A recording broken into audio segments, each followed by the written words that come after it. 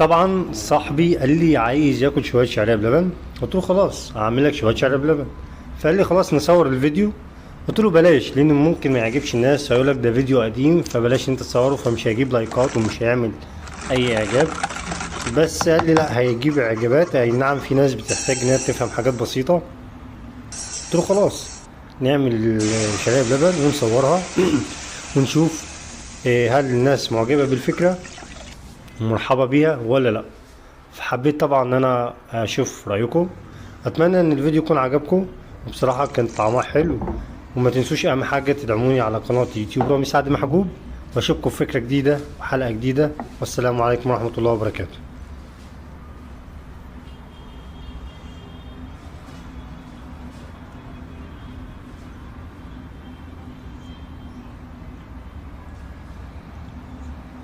تمام.